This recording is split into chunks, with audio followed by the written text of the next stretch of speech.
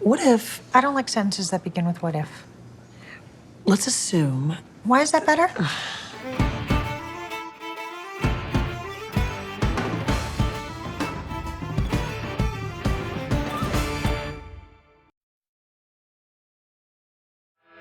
It takes 20 to 30 seconds to render someone unconscious. 1, postmortem trauma. 2, postmortem trauma. I got it, strangling sucks. I have had dealings with Hollywood before. Pretty much all my novels have been either optioned or bought outright for feature film. I've read a couple of the books.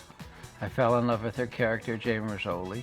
And I thought Janet Tamara would be perfect for this. Janet was a crime journalist, and she sent me something to read, which was an interview that she did in prison with a serial killer. And it was so arresting and engrossing, you couldn't put it down. And when I called and told her that, I realized for the first time that it was entirely fictionalized. There was no such person. And it was because of that that I thought she was the perfect person for this. My friend is out there. Enjoy it, because she'll enjoy you. What clicked for me was the relationship between the two women. Two intelligent women who are strong, who are powerful, and who are opposites.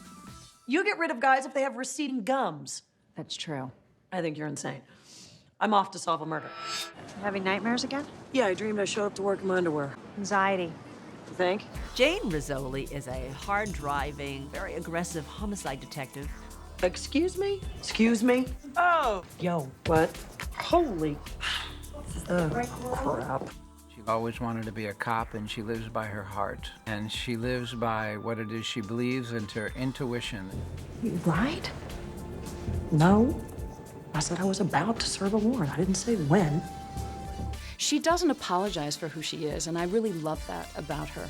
If she's in a fancy place, she has no problem making fun of the different forks people use or the fact that you're going to spend $150 on a glass of champagne. She doesn't have airs.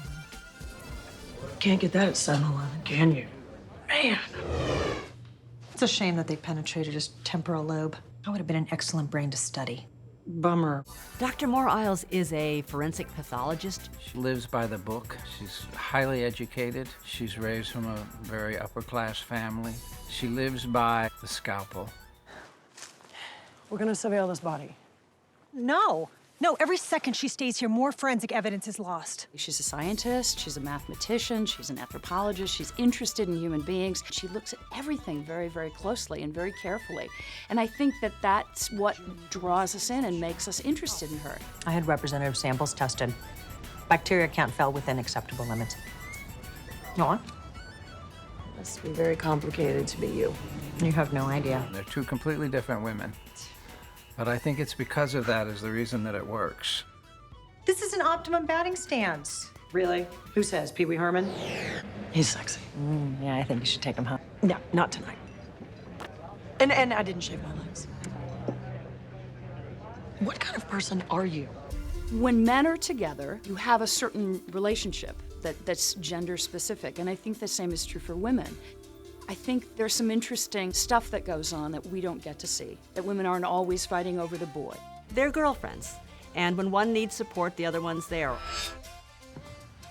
Do I look badass? Yeah, you look like a badass. Okay. What I need as a television writer and as the creator of the series are visual opposites and personality opposites. Like this shirt with this jacket? Oh, really? No. You look like you slipped under an overpass. How are you still single? We really wanted Angie. She's very funny, very energetic, very powerful, and has a soft side, has a gangly, awkward, tomboyish energy. She really is Jane Rizzoli. She really inhabits that part. You know we're on the same side, right? You know, you Fed boys, you like to show up and take the bat and the ball. I love reading those books because, first of all, I mean, Tess tells a great story. Second of all, it's almost like an inside view into Jane and who she is, and it's just an added layer of things that you can put in on the show. You're leaving? Where are you going? Someplace where you're not.